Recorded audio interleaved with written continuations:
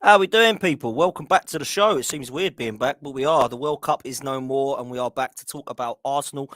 I, of course, welcome Lee Judges. I'm your host, Dan Potts. And before we bring Tom Canton on tonight, because it's always good to see him, I'm not going to tell you why he was free, because it'll be quite a story for another night, but we will go into that another time, I am sure.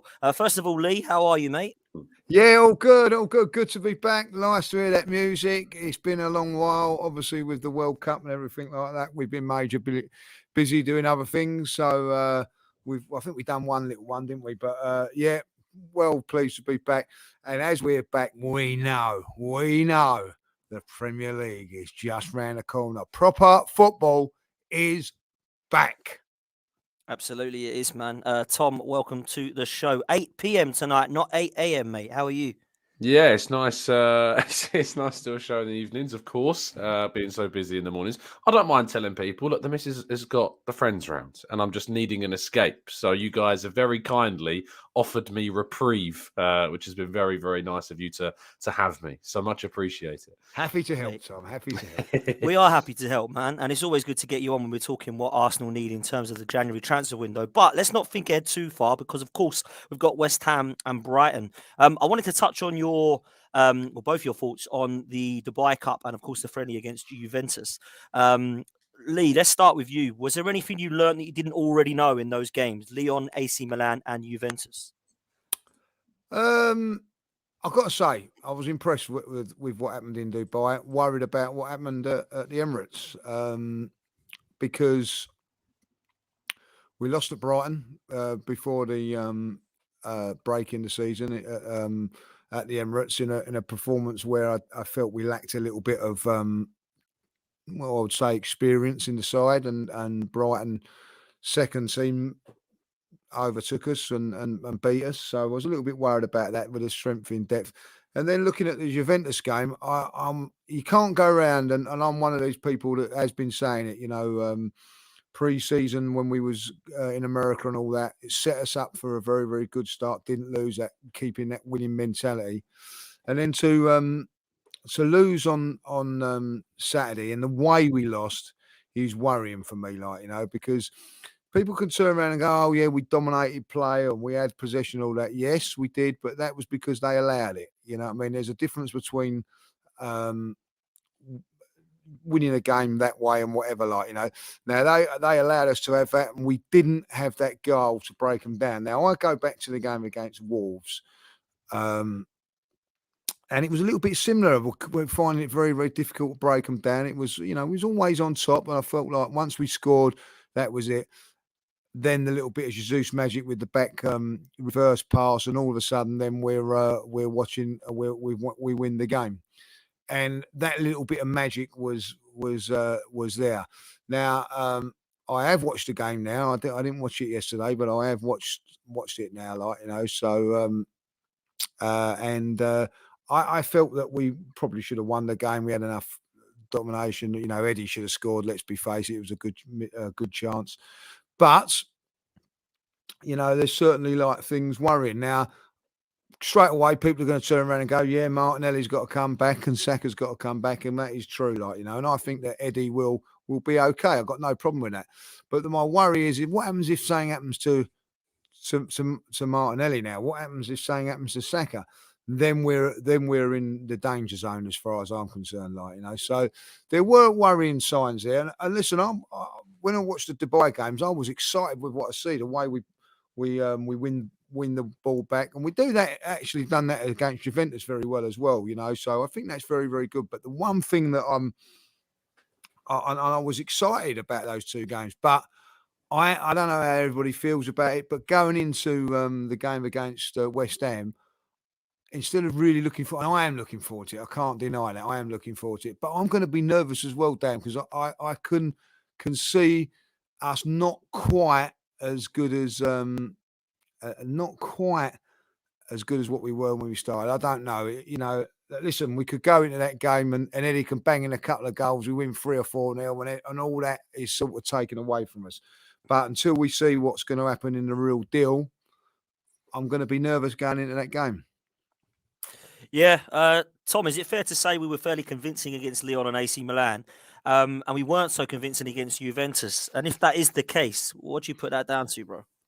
Well, I mean, in terms of domination, we were convincing in all of them. To be fair, it's just it's one of the. It felt like one of those. I was there on Saturday night, covering the game. It was bitterly cold. Like, it was horrible. It wasn't a nice game. It took 3 hours to get up to London because obviously there was no train, so I drove to the Emirates instead, and that was a nightmare trying to get through South London and up and through as well for the Blackwall Tunnel and all that. But to then be rewarded with that game wasn't exactly. I didn't feel like I'd been rewarded at all for the efforts of it whatsoever. But we dominated possession. I think we had 19 shots to their 3, but we had just 2 on target of those 19. That's not good enough. You do, and Arteta said as much in his press conference as well. He said that we need to be better. We need to be clinical. We need to start hitting the target. Yes, it was unfortunate. Am I glad it happened in a friendly? Absolutely. But I was really kind of, I can't turn around and say that it's important that we win these friendlies, and then when we lose one, not turn around and say it's frustrating that we didn't win, because it is, because momentum is really important in football. And I think that we built up a bit of head of steam with those 2 friendlies against Milan and Lyon. So then to see that kind of interrupted a bit with this Juventus defeat is annoying.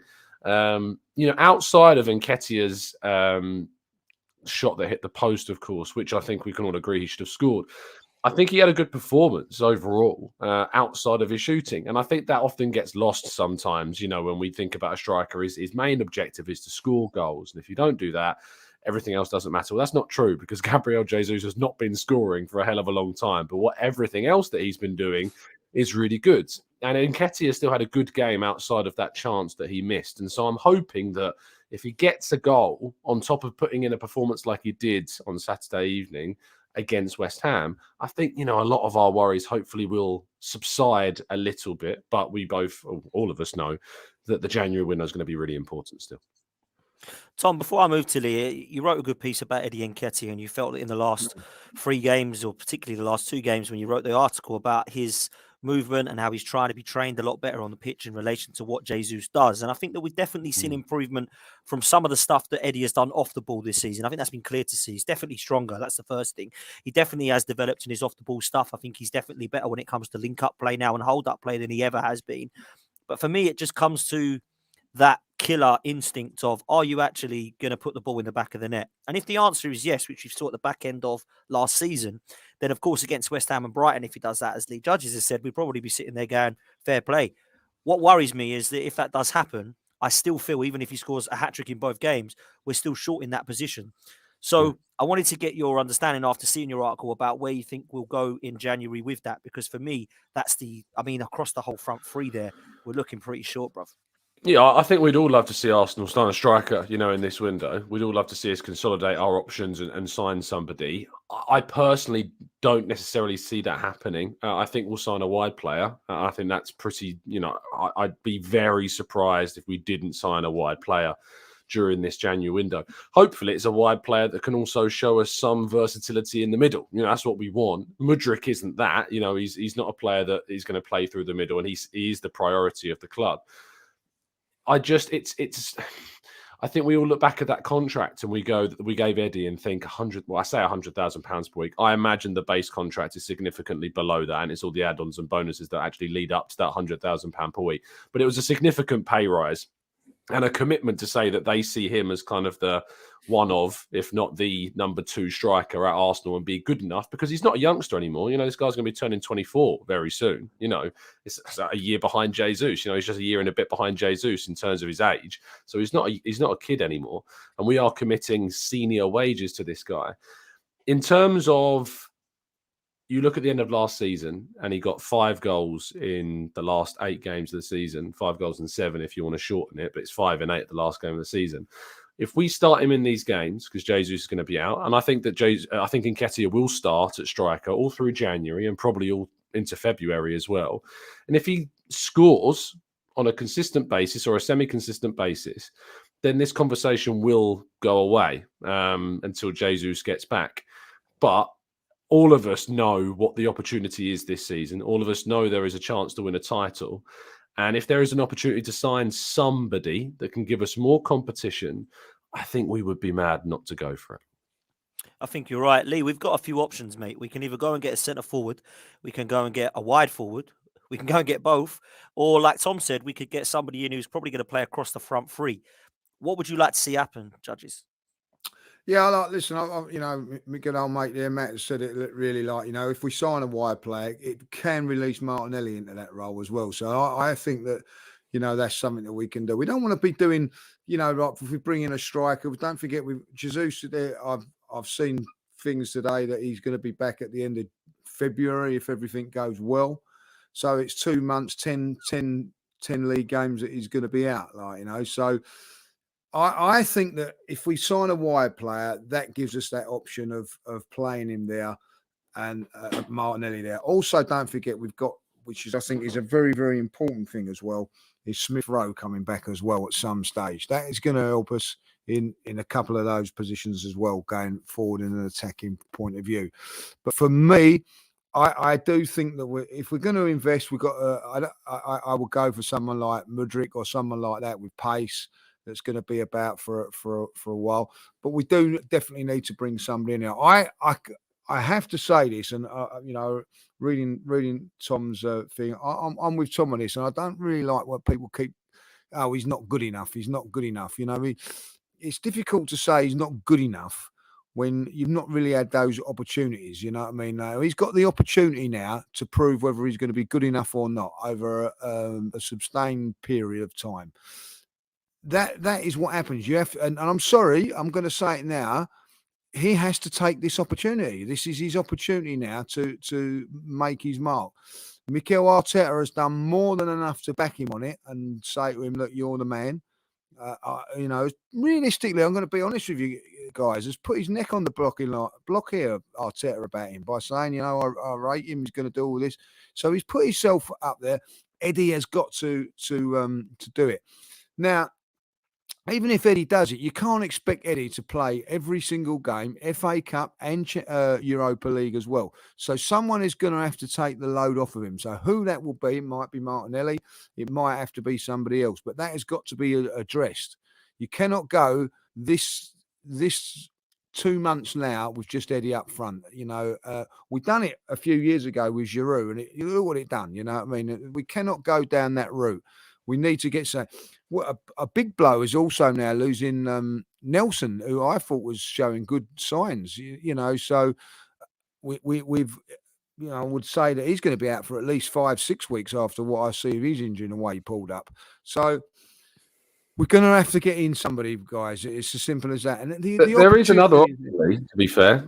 We could recall following Balogun as another option. Yes, that is. We could do. Would you do it? I think I'd rather do that than sign some of the suggestions that have been put. Like someone, I think it was Adam in the chat, but Matheus Cunha, who's not scored a goal for Atletico Madrid this season. I'd rather recall Balogun than sign somebody for the sake of signing somebody. So I think that's a smarter thing to do. Yeah, I'm with you on that. I think that if you, I think at the end of it, should I say it now? I think like buy a wide player and bring him back anyway. I think that would be the perfect thing to do. He scored some goals there, and I think Balogun's one for the future as well. But we've got an opportunity, guys, not to think, and I'm sorry if people like, a couple of my mates going, have already turned around and trying to say, well, it's about top four. No, it's not now. It's not about top four now. We've got a chance of really going for the title. Listen, we're playing some bloody good stuff. You know what I mean? And one player being out of the team does not mean all of a sudden, we can't win the title no more. We've got an opportunity. Now, I would go along with that if it was on February the 3rd or February the 4th at Everton away that we lost Jesus from a knee injury. I would turn around and go, because we can't buy any, we can't do anything about it. That's unlucky. We've got an opportunity. If it's bad, we've lost it, Jesus. Don't get me wrong, but we lost him when we can do something about it. And if we don't do something about it, and we don't get into the top four, and we don't get challenged for this title, then I'm sorry, something's got to be said and done. And that's how I feel. We've got a fantastic opportunity here to do something. I don't think we need to go mad and bring in like £100 million player. We just got to be smart. Wide player comes in, maybe like I think bringing Balogun back or a short-term loan situation for a forward or something that just helps us out. Also a midfield player, and then I think that we've still got a good way of change, because I'll tell you what, I've watched back a few of the Arsenal games over the match of the days and all that. Like, I was a little bit bored one day. We would play a better football than what I actually thought going into. Do you know what I mean? Like, we're a bloody good side. We're a very, very good side, and I think you said it, Tom. I think you actually said it. I think on a tweet, or it might have been Harry that said it. The we sort are of the same person to so many people. Yeah, the sort of form that we're in. We ain't going to get the same point. I think points tally that what we've got over. It's incredible, the points tally that we've got. So there's going to be some sort of drop off. We got to accept that, but not enough of a drop off to say like we're going to lose to West Ham, we're going to lose to Brighton, the rails fall, the wheels fall off. You know what I mean? We cannot allow that to happen, guys. Cannot allow that to happen. Playing devil's avocado a bit here, Tom. Yeah. We have 6 wingers, right? Whether you think they're good enough is a different question. We actually only have 1 centre forward at the moment. Now, Martinelli arguably can play there. We might look at a false 9. Somebody else could get a go there. But I would argue at the moment, I'm more worried about centre forward than I am wide, because we've got Smith Rowe coming back, Saka and Martinelli also, Marquinhos, Fabio Vieira, Reece Nelson, hopefully isn't out for too long. We've literally got Eddie and only Eddie. Now, Martinelli, I think I was speaking to you on a WhatsApp group the other day, and you said that he's been playing there in training, and Arteta's been trying to coach him over the last 10 months, but he hasn't fancied him for whatever reason yet. So we might see Martinelli go through the middle. But I would argue that we do need somebody back. Now, I'm kind of with you in terms of Balogun, because if you're just going to go and buy Morata, I'd rather just bring Balogun back, because let's be honest, Morata's never suited the league. He's a player that I don't actually rate anyway. I'd rather just see Balogun come back and we just go with it. But actually, I do think we're in a position, like Lee's rightly said, that we need to go and get a centre forward because we're in a title race, and that could be the difference. So if Eddie gets injured now, what do we do? If Martinelli and Eddie get injured now, there's always this scenarios people talk about. So that's where I'm kind of at the moment, I think. The centre forward position is a concern for me, mate. I think it's a good point. You raise about the numbers that we've got in those positions. As you said, there are other options. You got Martinelli, Smith Rowe, Fabio Vieira are 2 players that have got previous of playing centrally Vieira for Porto, and of course Arteta has backed Smith Rowe to be someone who could play in the middle. The reason why I'm still very much on the wide player kind of thing is, for me, is because Jesus' injury is not an ACL problem that's going to see him miss the rest of the season. He will be back towards the end of February, start of March, fingers crossed. And I think that we do have the options here right now, with the addition of a wide player that I think can not tie us over. I think can absolutely do enough for us during that period until Jesus does return. And I think that making sure that we bring someone in so that if Martinelli or if Saka is out, that we're covered for someone who can come in. Because yes, the number of wide players that we've got is there, but behind Saka, we don't really have anyone besides Martinelli who can play on the right. And then obviously, if Saka is out, you've got to bring someone in on the left. Smith Rowe, we don't really know how he's coming back from his surgery. Nelson, I agree with Lee. I've liked some of the stuff that he's doing, but if we are being brutally honest, his level is significantly lower than our starters is right now. Marquinhos needs to go on loan, in my opinion. He just needs to play week in, week out somewhere regularly, because his level is significantly lower. And no matter how much I loved the performance of Mario Kojadubri the other day, again, like Marquinhos, is still very much below the level of the starters. And I think that if we add, say, a Mudryk, what that means is that who is out and out a left winger, you've got Martinelli who can go either in the middle or on the right-hand side if Saka or Nketiah isn't there. And I think that gives us enough during the period that Jesus is out for. And I think that the fact that is the big factor, is the length of time that Jesus is going to be missing for. If it was an ACL, I'd be with you 100% saying we should be going tooth and nail, sign 2 top quality players in January. Where my head's at is that I think that we can sign a very good winger that we can invest in, rather than, say, dropping down a level and bringing in 2 good players for those positions with the budget that we have available during this window. Again, it is going to rely very much, though, on being a bit fortunate and Nketiah delivering and staying fit. But I understand where the frustrations and the worry comes from. Yeah, I think it's a worry personally up top. I've not seen Martinelli play there. The last time he played a false 9, it wasn't exactly convincing, in my opinion. I think it could be different now because things have changed since then. He has got 7 goals in 14 games playing in the middle, to be fair. Who are we talking about? Martinelli. Martinelli, yeah. And I liked him in the middle under Unai Emery. I really liked him. When he came on the scene and burst on and everyone was saying, who's this kid? He was playing up top. People forget that. And he looked really good. And I'm a big fan of everything about the kid. Lee, we're going to need Saka and Martinelli. I think that's clear. Before we go back onto some of the players you've been linked with, I want to move on to the games before the transfer window opens, which is West Ham and Brighton. Saliba, Saka and Martinelli, are they all going to start?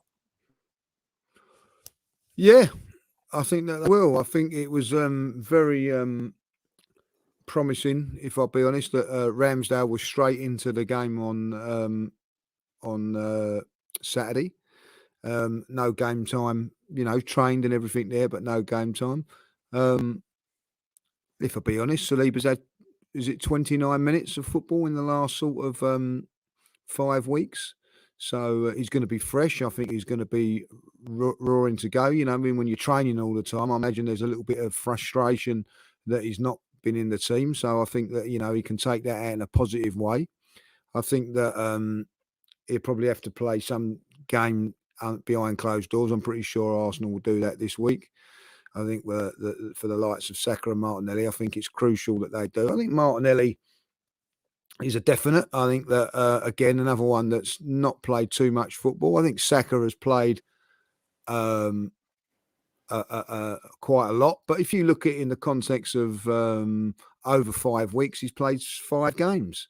So he's not been run ragged. One of them games he was left out, and good old Gareth takes him off most times. So I don't think he's been run ragged like Harry Kane was, for instance, and a couple of the other guys that playing. So I think that all in all, apart from the Jesus thing, we've come out of it quite well. Partey had three games and as back. Xhaka had 4 games and back. Now, they were the 2 players in the World Cup, along with Saka, that were regulars. All the others were squad members, like Ben White was never going to get a game. And also, as we say, Saliba, well, I have to look at France. I watch their defenders and I think, if Saliba's not better than them, I'm shocked. So I'm really shocked. But there you go. That's I think that if Saliba was playing there, it brought a little bit more calm to that back four than what it actually had. But listen, they got to the final, so you can't knock it. But I think that it's not like he's had 5 weeks out. Do you know what I'm saying? And he's been training at probably a high intensity because of the World Cup. They've probably been putting it through. I think he'd be straight in. I really do, and I'd be disappointed if he's not. I remember Partey coming off of the back of the African nations on a plane in the League Cup. I remember that, and he was playing in the night time. So got sent off. Got sent off. Didn't they? 2 bookings, exactly. So I'd be very disappointed if Saka and Martinelli and Saliba and all that are not available for the game. The biggest worry for me at this moment in time, I'm going to be really honest with you, is that Smith Rowe, I thought would be back by now. I thought he would have played in one of these friendlies. He hasn't, so there's been another setback as far as I'm concerned. And of course, Zinchenko as well, the continuing injuries of him. But watching Tierney over these last 3 games, he's sort of pushed himself right in the frame to play. I know that, Tomiyasu's been sort of playing at the left back position, isn't he? But I would be playing, and Zinchenko come straight back in. Was it the Wolves game he come straight back in, or one game he come straight back in? Wolves. Liverpool, not Liverpool. There was another game he came straight back in. Old Trafford at Man United, he came straight back in as well after Yeah, he he's was done it a out for a couple of bit. times. So I think that Tierney has proved him, that he shouldn't be just walking straight in over him now. Chelsea, in was my it Chelsea, opinion. Lee, that he came back in? I think it might have been Chelsea. Yeah. Yeah, I think it was. So so I think that I think that Tierney's done enough now to turn around and say, well, hold on a minute, I've played in these 3 games and I've done well in these 3 games. I don't think he should be coming into me and taking my position at this moment in time. So, listen, I think Arsenal have got a busy January on and off the field. We've got some difficult games in January, very, very difficult because, listen, I don't think that West Ham's going to be, and certainly Brighton's not going to be an easy game. You know what I mean? Like, they've got McAllister coming back from, a World Cup winner. So that's going to be a big boost for them. Maybe the game too much for him in the Christmas one, but it'll certainly be available for us and, probably showing his medal off and, getting them all up for it there, that game there. So that's going to be a difficult game. And then after that, we have 3. I'm going to put it there. Newcastle, there's going to be a very, very difficult game. Manchester United and Tottenham, and that, is a difficult January. And also you've got to look at the, Oxford away ain't going to be easy. I don't think we can take that lightly. We've never won at Oxford in our history. Only played there 4 times, but that's a stat. We won for you, and we've never won there. So not to be underestimated. I want us to have a good cup run. Of course I do. So January is a big, big thing, and then after that, you've got the Europa League coming in, which is still a fantastic opportunity for us to win a trophy and, dare I say it, Champions League football. So don't say that. So it's a big, big time for Arsenal, and I think that if Arsenal do not, and I think they've got to make some sort of signings early as well. Like wouldn't it be great if we brought in a couple of players on that January, and then they're being paraded at the game against Newcastle. What a little boost that would be, lads! What a boost that would be for all of us. Absolutely, it would. Particularly if we won those 2 games as well. Yeah, Tom, I want to talk about a couple of players Lee mentioned there, actually, because I'm not quite sure any updates on them and anything you know about them. Zinchenko's one, Tomiyasu's another, and Smith Rowe is the third. We didn't see either of them play the other night. They weren't in the squad. A lot of rumours that Tomiyasu's in Japan. Smith Rowe's not quite ready. Zinchenko seems to have got another knock. I mean, I think he got 11 injuries at Man City, which I think we should have probably checked before we signed this guy. But what can you tell me about those 3, mate? Yeah, as I say, I was at the game against Juve, and we were asking people at the club about kind of updates on players. Tomiyasu's is a hamstring, said to be minor, and hopefully he'll be back. It's basically like he wasn't fully fit when he was at the World Cup, and Japan really needed him, and they started using him. Obviously, that's exaggerated some problems that he just needed some rest, so that's why he's not been used over these games. We always ask the question, how confident kind of are you that they're going to be back? And they're like, we're hopeful they're going to be back. They can never give you anything definitive because you just don't know. But they're hopeful that Tommy should be back. They're also hopeful that Zinchenko should also be back. But whether or not that turns out to be the case is a separate thing. Lokonga was also out against Juve. He had a bit of an impact injury in training. I'm led to believe out in Dubai just before they left. And it's not serious, so he should be in the squads. I know he doesn't start, but obviously being absent, it starts asking questions. Nelson obviously is the big one. They don't know the extent of it, or they didn't know. They might know today, tomorrow when they do scans. But hamstrings aren't good when you go down like we saw him go down, and he did grab it straight away. So he clearly knew something had happened. With it being a friendly, it could be that they took him off because he felt something, not like really bad. He walked off the pitch, went straight down the tunnel. So it might be precautionary that they did that, but it's so difficult to tell without getting, proper insight. The press conference, I'm told, is on the 22nd. So we should get some updates from Arteta about the state of the squad. But that I say we should. Every single time we ask him about injuries, he just says, there's one more training session.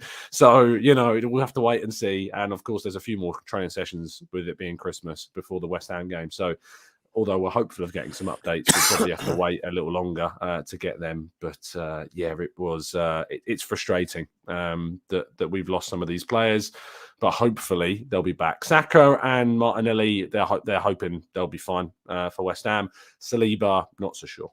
Not so sure about that. Yeah, fair play, man. Tom, just want to stick with you on one player because he was actually a player that impressed me the other night, or one of the only ones that did anyway. Kieran Tierney, we've mentioned, thought he was man of the match, thought he was superb. Gabriel played really well, I thought. But the one that seemed to try at least and be making things happen going forward was Fabio Vieira. He's a player that I like a lot about, and there's players that there's a parts of his game that I'm still not quite sure. He definitely needs to get on the weights. I think everyone can see that for sure. But when it comes to his actual ability and the technical ability this guy's got, I really quite like some of his skills, some of his touches. I think he can definitely see a pass. I think he tried to make things happen along with Odegaard, and of course the breakdown was there in the front three for obvious reasons. All three of them are out. But I do quite like what I see in Fabio Vieira. My only question mark is, where do you see him playing? And I asked that for two reasons. I don't think he's a 6. He's definitely not defensive enough for me. No. But I don't really see him as an 8 either, Tom, if I'm honest. I do think Arteta's going to use him as more of a wide player for now until maybe he sees something else. So I wanted to get your opinions on him, bro. Yeah, well, firstly, I like you have been really impressed with him over the mid-season break. He didn't have pre-season because of that foot injury. He needed, this period. I think it's been a beneficial. He's arguably been the biggest winner, I think, from this period to really get some minutes and play regularly. Out of position, sure. He isn't by trade a right-sided player. He is more of a 10, more of an attacking midfielder. And to be honest, I think he was brought in when you asked about his position. I think his best role is where Odegaard plays. I think that would be where he would thrive most. And I think when he played against Brentford, when Odegaard wasn't available, he scored and had a good game. So that shows you what he's capable of doing. But I was really disappointed, I think, with the reaction to Fabio's kind of first third at Arsenal, because I think there wasn't too much sympathy for the fact that he had no pre-season and that he's coming to a brand new league at 22 into a team where he's not playing regularly because the starters are already there. And I feel like a lot of people have already written him off and said 34 million quid kind of down the drain. We've wasted that. And I really couldn't get my head around why the criticism was there, because he's not had the opportunity yet to really show himself. He's played 3 games. I think he's been arguably, up there or man of the match in all 3 of them, because he's been the most influential player on the field. And yeah, I'm happy with what I've seen. I agree with you. He needs to bulk up. He needs to get in the gym a bit and do work. But we see players at Arsenal do tend to, really improve muscular wise in a short period of time. We've seen it with some of the younger players like Patino and Aziz have really bulked up, over the summer. And I'm sure Fabio Vieira will be focused on how he can improve that as well. But technically, I think he's great. He wants to get in the box. He wants to take shots, which is encouraging as well, because we don't shoot enough, sometimes accurately enough. So that's good. And he's got a great shot on him, as we know. He can hit the target from outside the box and score. So that's a really kind of nice, feather to his cap, if you will. So I'm really happy with him. And I think he was a necessary signing, because if Odegaard ever got injured for a long period of time and he's got a history of injuries, we would have been scratching our heads and praying for Smith Rowe to come back much sooner. But we don't need to, because we've got Fabio Vieira there. And I think he's an important part of the team. Yeah, I think it's a really important point you make about his lack of pre-season, because he was obviously in a boot when we signed him. I do think as well that people ask me, damn, what do you think of Vieira? I still need to see more of him, and I still stand by that.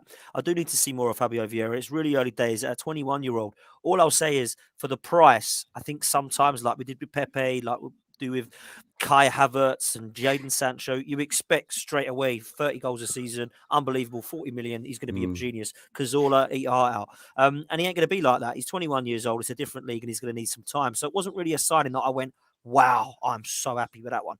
I thought it was going to be a time signing, if I'm honest, one for the future, not one for now.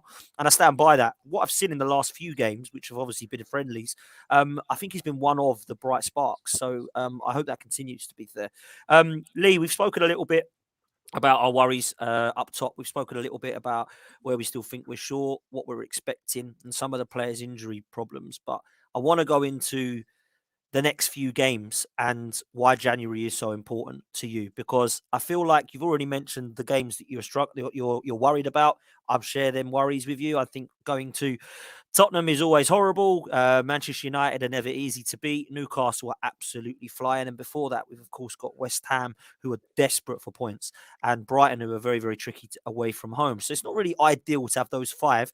But, of course, you've got to play everybody. I think this first half of the season, Lee, has been phenomenal, and I'm expecting a very, very tough second half because of all the reasons you mentioned previously. But I wanted to get your honest opinion about where we stand right now and where we will stand if January is a disappointing window. Like, do we still have a chance for you moving forward if we don't quite get what you feel we need? If we perhaps we only get a centre mid and that we're trying to stick with Eddie and Martinelli. Like, talk to me about kind of the pros and cons of the next few months for you, or few weeks, should I I say? think that how I look at it, and simple as that, if we carry on with what we've got, we're not going to compete with Man City for the league. It's as simple as that, and we're going to be in a battle for top four. We've got a points gap of a few on them, but with the squad that we've got at the moment, it wouldn't surprise me if we didn't get top four. So this is our key. This game, this is I think these next two games are massive. Bigger. Forget about Tottenham. Forget about Manchester United. If we can get the 6 points from these two games, and then we'll be 5 points going into that Newcastle game, and make a couple of signings quickly. I think that the momentum will be back, confidence will be back. Certainly, if we can bring in a couple of signings, that will give the fans a little bit of a boost as well. And I think we'll go into those games positive. Now, we don't want to be going into the game against Newcastle, not winning against Brighton, not winning against West Ham, and then all of a sudden the pressure's on. So it's very, very important, those two games. And also these two games, whatever happens, we can't do anything about in January. So it's not even worth worrying about January transfer till the 1st of January. What Arsenal fans now have got to do, and that's us included, is that when we go to West Ham, is we've got to be the 12th man. We've got to back Eddie. We've got to back the team, get behind them when things are not going quite well for us, which could happen. We've got to encourage and make sure that we give it our best and make the Emirates very, very tough. And hopefully it's only an if Eddie misses a chance like he did on Saturday, we give him the love and support like we did when Saliba put in his own goal for the thing. Give him the confidence to say, right, I'm going to go and perform, And with I see a lot in the chat, Eddie's not good enough. Eddie's not good enough. Well, okay, I get that, but there's nothing we can do about it at this moment in time because the transfer windows are not open. Eddie has to be the man for us for these next two games, whether it goes into January or not. These two games, he has to be the man. And you know what? I'm backing him. I reckon he's going to be all right because I agree with Tom. I don't think he's, if you look back on that, his hold up play and everything like that. He created the free kick for Ulegard for the goal. I don't think he's been that bad, but everybody's looking at it and looking at it. Now, if Jesus would have missed that chance, I don't think many people would have moaned. They'd have moaned and groaned at the time and then, he does other things. So let's get behind Eddie. Let's make sure that he does it in these next two games. If he does, for me, then he earns his money, and this 14 on his back and all that. Like, listen, the club decided to do that. He might have been part of it as well. It's on his back. It's a target. He's got to make sure that it works. But this instead of being negative about it, let's try and be positive. We're in a fantastic position going into these to the beginning of the season again. I'm with you on this. I think that Vieira's had a pre-season now, if you like. I think that he's going to be key to us now, as well. We need to be all those players need to be on form. For us to get these two wins. And if we get these 6 points, then I'm looking at Edu and the Cronkies to see what you're going to do to take us forward. Now, I know it's not the same and things like that, but, I'm a big fan of the American football and everything like that. There was a position yesterday for the Washington Commanders to get the job done when it mattered with their quarterback who's a backup and this and that, and he fouled. You know what I mean? And the reason he fouled on him because he's a backup. This is the thing now where Eddie cannot foul. And if he does foul, I'm sorry, Arsenal's a ruthless place, rightly so. There's, you're gone, mate. You know what I mean? That's how it is. That's how football is. It's ruthless. Please do it. But let's give him the biggest and best platform for him to be successful. Fair play. Tom, there's 3 types of gooners at the moment. There's get behind Eddie, he's going to do it. There's the complete opposite of that. He's useless. He ain't what we need. And there's people like me, I suppose, that are quite like him. I just have concerns. And my concerns were squashed at the back end of last season because I felt like he just wasn't the guy. I think I had justifiable reasons to suggest why that wasn't the case. And of course, he proved a lot of fans wrong. It didn't get us to where we wanted to be, but it did, of course, get him the confidence needed. I see a lot of transfer rumours, mate. I know you do. You do a lot of transfer shows. Vlahovic, Felix, Mudryk, Danilo, Tielemans, Milinkovic, Savic, Zaha, Ndika, Tammy Abraham, Cody Gakpo, Ivan Toney. Listen, they'd all be great, but I actually need to see realistic stuff, if I'm honest, and get excited about it. So I wanted to ask you, I've spoken to you on my show, on this show, on your show. What do you see as realistic for Arsenal fans to expect in January as far as you're concerned, mate? I think a wide player is absolutely realistic. I think that's what the club want. And I think the Mudryk, obviously, as we've heard initially reported by David Ornstein, is the priority. And they are going to be doing everything they can to try and get that deal done, to try and convince Shakhtar to lower their price tag. And I think they will. I think they will come down on that price. I don't, no one's paying 100 million euros for Mudryk. Nobody.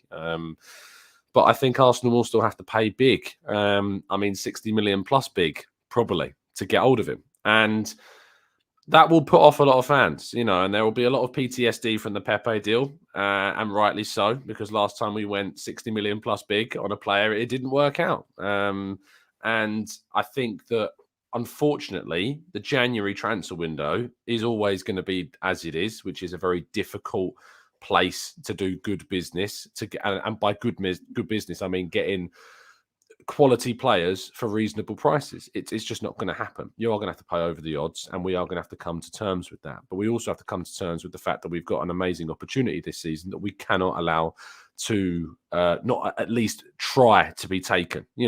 I'm not expecting Arsenal to win the league at this point. It's not my expectation, but it is my desire and my utter desire to believe that I think we can still do it, and we should try and do everything that we can to try and achieve that this season.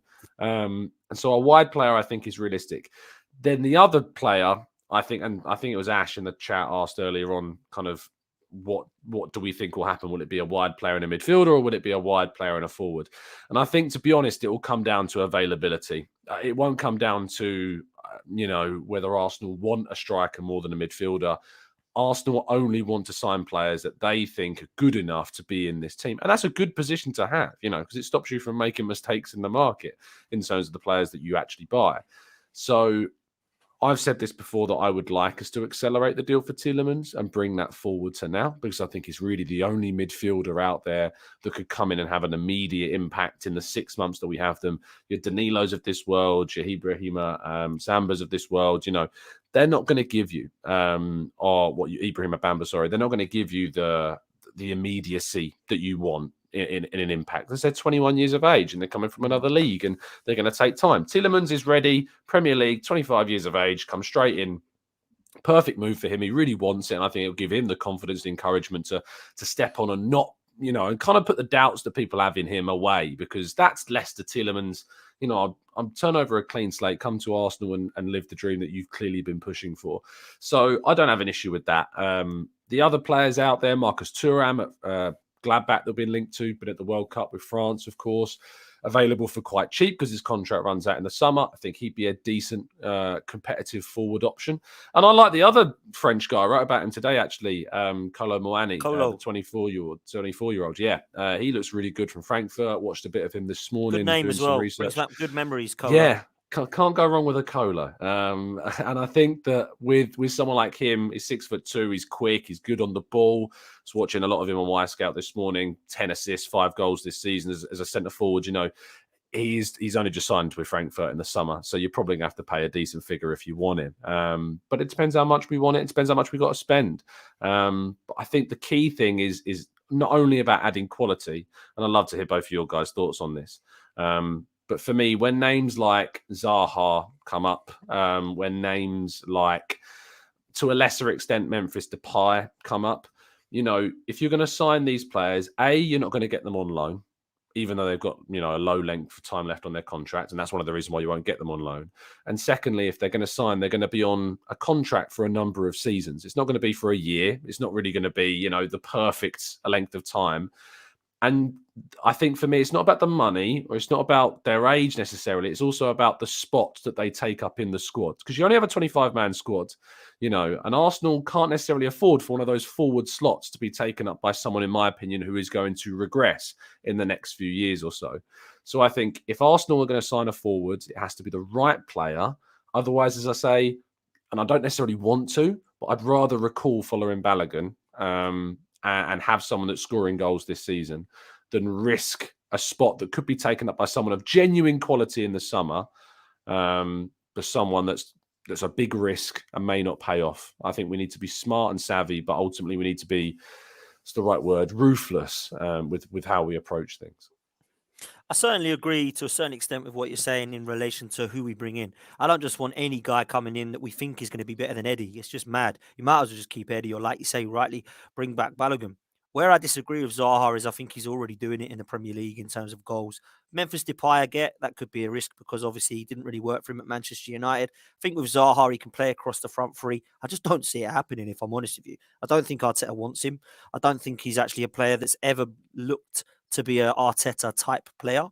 But I could be wrong. 29 years old. Maybe that's what we need. Goals now. It'd be something that I would look at and go, yeah, fair. I'd happily take that. But I don't think it's my number one choice, I would say. What about yourself, Lee? Listen, with Zaha, everybody knows what I think of him, and loves him.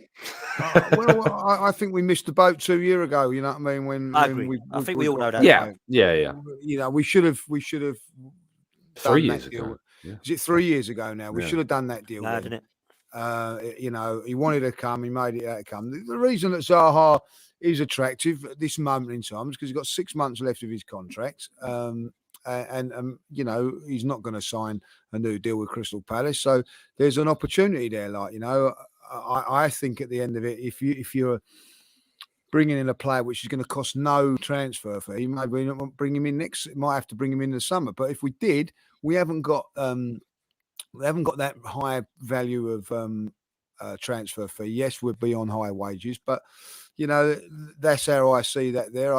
I'm with Tom Moore. I'd go for Madrid because you're looking at longevity and the way that he's going to fit into the system. But sometimes beggars can't be choosers. As Donna says there, Zaha at this moment in time is better than Eddie. Is Eddie ever going to get to the level of Zaha? That's the question you got to ask. Arsenal can do some good stuff. They might have to pay over the odds for somebody like Modric, what I mean? But then they can pay under the odds for somebody like Tielemans and somebody like Zaha. I'm just using him as an example. Tielemans is not a £20 million player. Let's be honest. He's a bit higher than that, but that's what it probably could take to get him out of Leicester now, or you wait till the summer and get him on a free. What we've really got to be doing though is looking to get him there. Danilo, for instance, I bring him in as well, not for now, but get him ready for the Premiership. Play him in a few games, the FA Cup games and all that. Get him ready for next season, so when he can come in and all that. So I think that give him 6 months where he's not going to be under the pressure to play every week, and get him used to the sort of things that the Premier League is required. A little bit like we're doing with Vieira. Vieira is coming in there. I think we'll see Vieira much better next season after he's got a year under his belt. But bring in Danilo now, bring in Tielemans now, bring in the wide player. And if you was to bring in those three players, just say forget Zaha, forget whoever you want. But if we brought in Tielemans, Danilo, and Modric, what I mean, that would be a good January, boys. That would be a very, very good January, positive. And I think at the end of it, we might not get. I agree with Tom. It might not be good enough to challenge Man City for the title, but bloody hell, it's a tough ask for anybody. But I tell you what, it would guarantee us top four. That would guarantee us, and we've still got a chance of winning a trophy along the way. So I think it's a real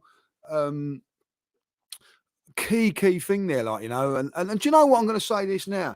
If whoever they get, I'm going to trust, because they've been getting it right every time. You know what I mean? Like over the last sort of couple of years, every signing that we've made, there's been criticism to some of them, but they've all been bloody good signings. Tommy Asu, I never heard of him.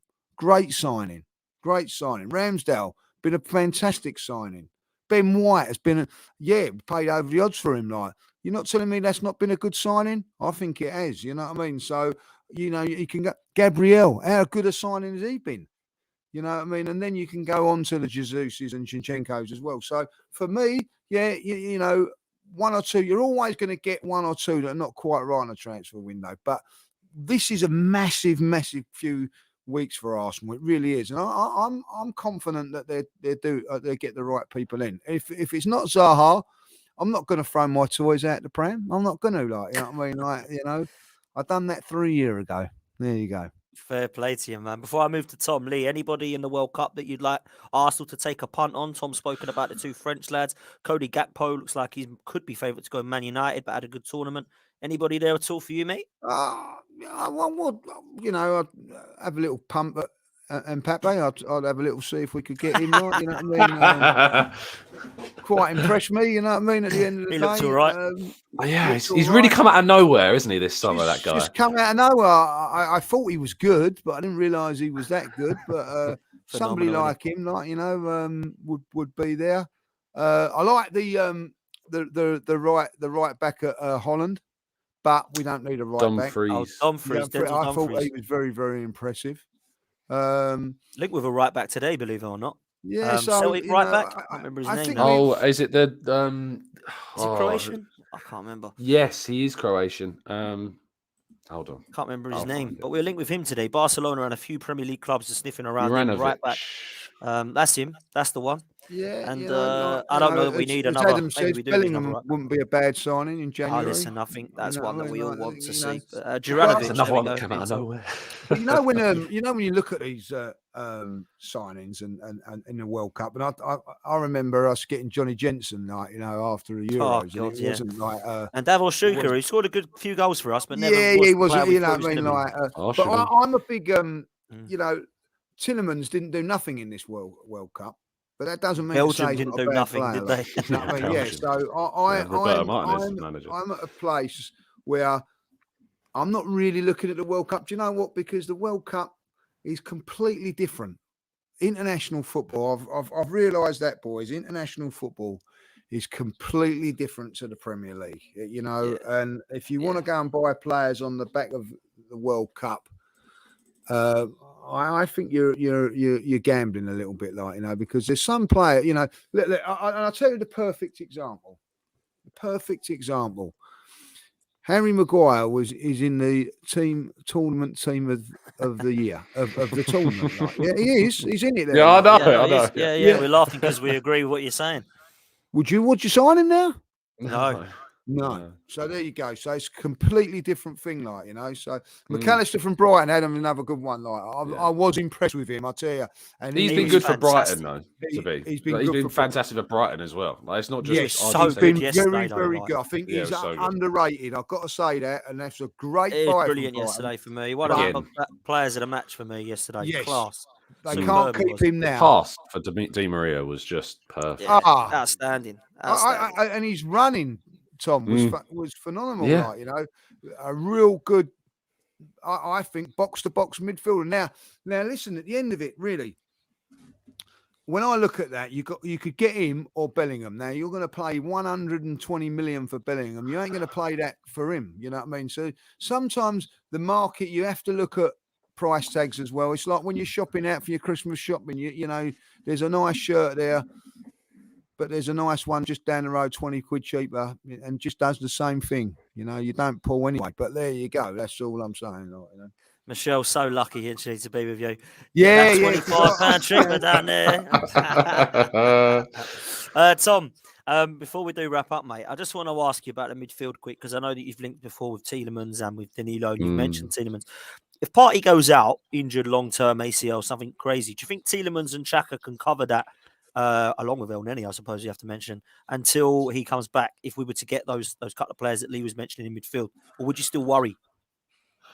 Well, I'd still worry because you can't, there's nothing like Partey that we can Hard to get. replace him. Yeah. I mean, you're not going to replace him in January. If the expectation of supporters is that in January we need to sign a midfielder that can compete with Partey, you're going to end up disappointed because that's not going to happen because Partey is world class and we can't sign a world class 6 that does what Partey does in January. What we can do is that we could potentially try and find somebody that closes the gap between if Partey goes out and El Neni's the one that will come in. So you find a player in January that can give you more than El Neni. That's how you do it. That's how you work it. I think that Tielemans and Xhaka, say if you brought in Tielemans, I think if Partey was injured immediately, what we would do is Xhaka would probably shift deeper and you play Tielemans where Xhaka's been playing. And that's not going to give you what Partey's been giving us because you have the mobility of Partey and Xhaka. But you do have someone who can produce good performances in that position, but not his best performances has been shown this season. It's, as I say, it's always going to come back to the point of you're never going to be able to replicate what you lose. And if you lose Jesus, if you lose Partey, if you lose Saka, you're never going to be able to get the same level of performance out of your team with those guys missing, no matter who comes in for those players, of those that we've been both linked to and those that are already at the club. I think that Partey competitor is one that Arsenal will look to in the summer to buy because I just think the options in January aren't there. Danilo, who apparently is no longer a target, according to David Ornstein, not no longer a target, but we're not pursuing that this January now because we focused on other areas instead. Again, he's 21. He's never going to get to a level to compete with Partey in the short term. It's not going to happen. Ibrahim Bamba as well as another one being linked to. It's not going to happen. The one for the World Cup I quite like. That's done well for Fiorentina as well. Is Sofiane Amrabat at Morocco. He's been really good. Yeah. And he's better than El Neni, so he would, I think, close the gap if you were to bring someone in like him. But how much am Fiorentina now going to ask for? Is it worth investing in that amount of money? I think Adam says you've got the option to play Ben White as a DM. I think that's a viable option. And I think that you've got Tomiyasu and Saliba, of course, who can still play right back and centre back. So I think that's an option that we could look to do if we wanted to. Caicedo, Nathan says, again, I think I look at Caicedo more so as the player that plays with Partey than instead of Partey.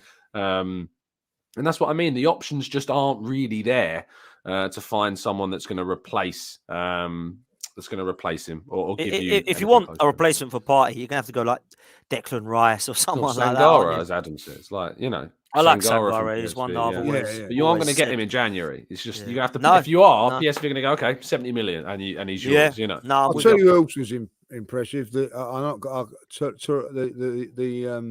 French number 8 who scored against us begins with Chalmini. 2. Yeah, but he's at Real Madrid. Ain't going to get him. I know he ain't going to get him, but that's the sort of player that you want.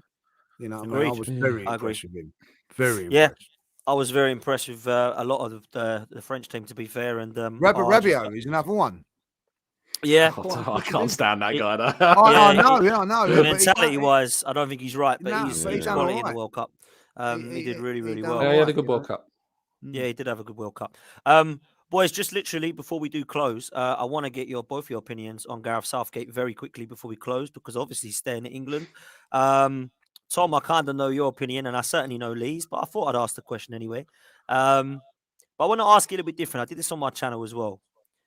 The 3 best English managers, according to Sky and TalkSport, because they brought this up the other day, are Steve Cooper, Graham Potter, and Eddie Howe, that are currently in Premier League, right?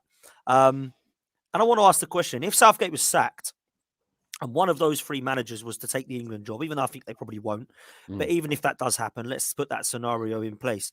How many of those 3 clubs would want to hire Gareth Southgate? Forest, Brighton, or Newcastle? I would probably say none of them. Am I unfair in saying that, Tom? No. Maybe Forest. I think Brighton would go and look for someone. The Brighton have been brilliant in looking at. Sorry, Brighton. Why am I talking about Brighton? They've obviously Potter was at Brighton. Chelsea have obviously taken him on, but Brighton themselves, when you have lost Potter, they're great at finding someone else, and they didn't go down an English route. They went and got De Zerbi, and I think I said Brighton. Sorry. So yeah, I definitely wasn't my fault. But you look at what Brighton have done since losing an English manager. They've not gone for another English manager. They've gone and got De Zerbi. Potter came in and did well. But Chelsea aren't going to go get Southgate. Forest aren't going to go and get Southgate, and Newcastle wouldn't take Southgate. I'm really disappointed with this decision. I think it smacks of a waste of talent of the players that we've got. The problem for me is the question of who, and that's what it always comes back to is who do you get? And that's why he's there, Tom. It is, because they feel there isn't anyone else that they can get. And if that's because they think that the England manager has to be English, I think that's a mistake. I don't think that way. I've had a number of discussions on social media. I think the players and the manager are separate. And if you start saying the manager has to be English, then where does it stop? Does the assistant manager have to be English then? Do the analysis have to be English? Do the dietitians, do the chefs, does the bus driver have to be English? England women's just won the Euros with a Dutch manager. I don't get that. It smacks of such hypocrisy, I think, when we're claiming that the England manager has to be English. It doesn't. The players... and to be honest, we're getting to a stage now where nationality is so multicultural at this point. And that's why nations are going out and finding dual nationality players, because the world is so interconnected at this point that history goes back and you've got heritage elsewhere. It is what it is that players of their nationality play for England. They have English heritage or they've got England connections, but the manager, it's different. It's just different for me. And if you start, putting laws in place that say that you have to be this nationality to be a coach of that nation, I don't think that's progressive. I think that's regressive. And I think, then you get to a point of arguing, well, where does the buck stop? And I don't know where it stops. If you do start doing that. So, yeah.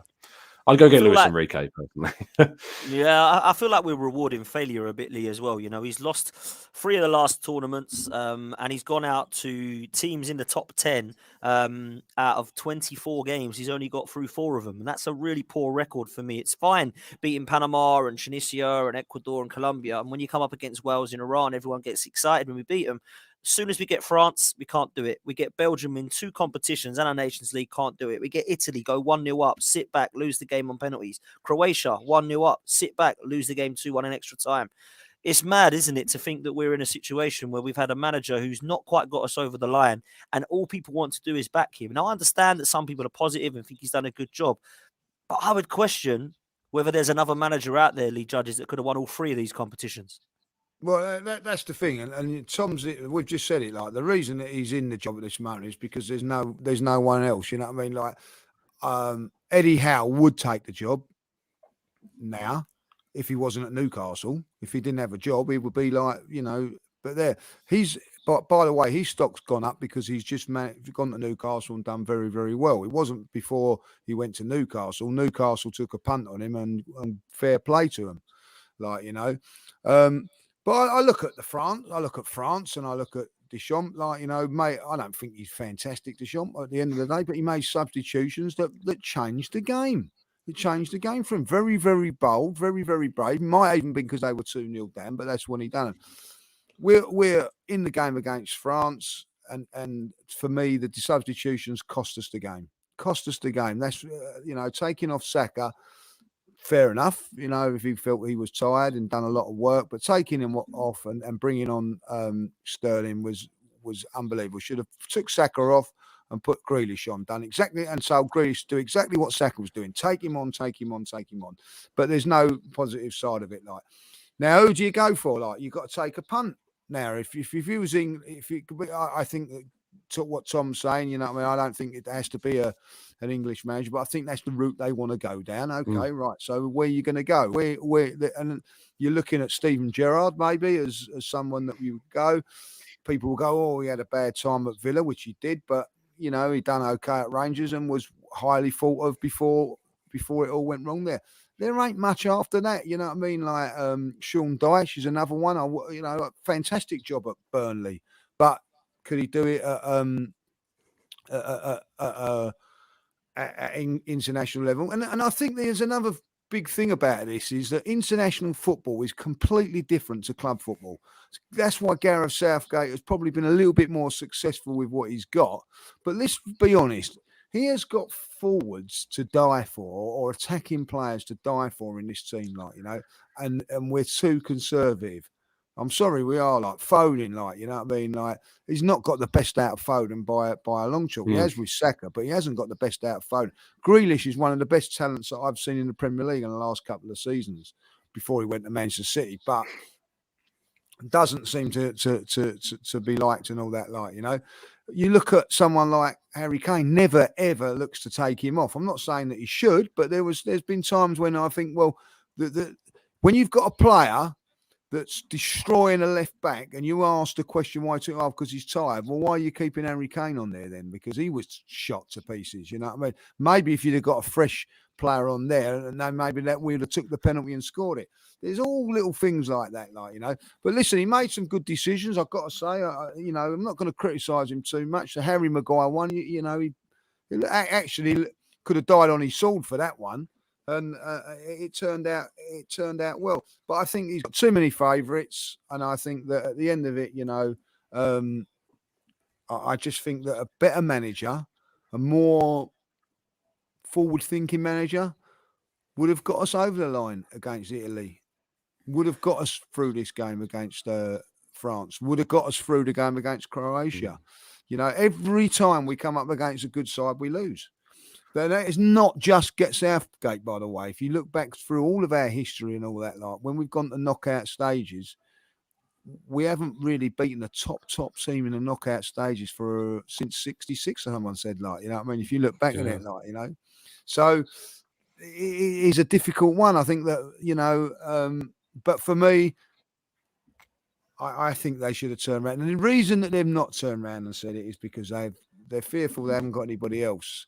You know what I mean? And I think that Gareth, you know what I mean? I'm going to give him a little bit of due. He's quite clever.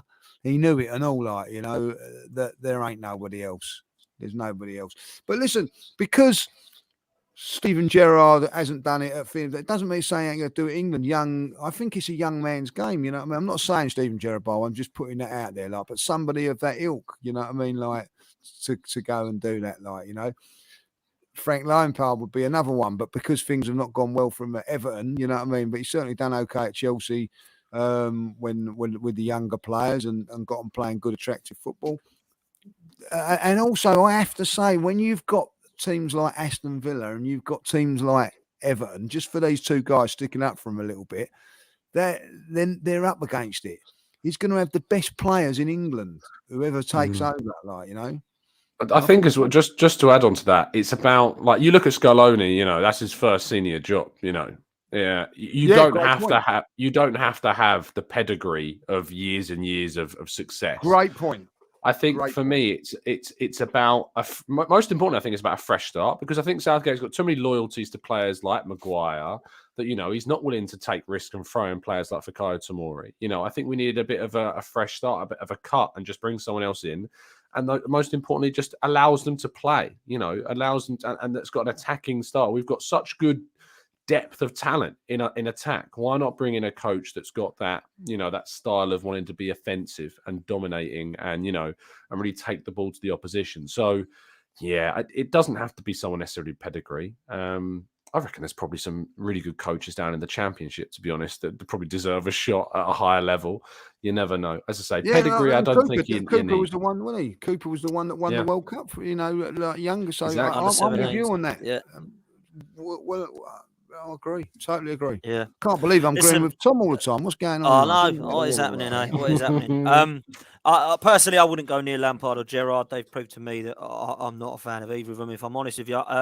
I would tend to agree a little bit with Tom. I think that the Thomas Tuchel's and Mauricio Pochettino has been spoken about. Zidane's got to mention. Wenger's got to mention. I think Luis Enrique definitely has proven that he's got an attractive style of play. I think with Spain, I just didn't really look at them and think, wow, they've got an amazing squad. I think England have. Yeah. Exactly that. So I think when you look at the firepower that England have got, we need an attacking style manager, without a doubt. And we haven't got one in Gareth Southgate. I think when he's looking at bringing on Mason Mount and Raheem Sterling ahead of likes of Rashford, Maddison, Grealish, then we've got a bit of a problem, if I'm honest. I understand that you go with favourites. Every manager will do that. I don't know a manager that has never done it. I understand why he's going with them, because Jordan Pickford, how many times has he let Gareth Southgate down? I don't think he has, really. Neither's Maguire, neither's Stones, neither's Shaw, neither's Walker, neither's Henderson. So I understand why he's going with them all. I'm with Tom. we need a fresh start now because we've got players that need to be getting in the side, like Tomori. I think Ben White needs to be used more. Ramsdale coming into the mix, I think, personally. I think we've definitely got some players that are going to take over from some of the ones like the Walkers and Trippiers that are in their late 30s now. So for me, I think 2024 and 2026, we've got a really exciting squad that England are going to have. I need to see an exciting style manager, somebody that's attractive, somebody that goes for it. When you go 1-0 up against Croatia, Italy or France, go for it. Don't sit back and go and pull your pants and go, we might actually, win this 1-0. Go at them. Go and get at them because they could be got at. France proved that. They could be got at. Kunde I'm sorry, I don't think he's that great. A lot of people liked him. Yeah. He could get got at. And what did they do, Argentina? They stuck Di Maria on him and he absolutely trounced him. Why didn't we stick Rashford on him and have pace on him? Foden, he weren't really there for pace, in my opinion. Good player, I love him, but weren't the right option. So there's for me, I think, Harry's in the chat, who replaces him. I think that's what we're discussing at the moment. There isn't a name that any one of us has thrown, which is why he's got it. But I do think there's managers out there, personally. We've mentioned Luis Enrique, Thomas Tuchel's not got a job, Mauricio Pochettino, Zidane, all player, in my opinion anyway, all managers that would be able to show an attractive style of football and have more experience than Gareth Southgate. So I just wanted to ask you on that lastly, Tom. Just quickly on one point, like why Gareth Southgate got his job. They actually chose Sam Allardyce. That is our lowing stock that we are. Nothing again, you know what I mean? Like Sam Allardyce was the choice.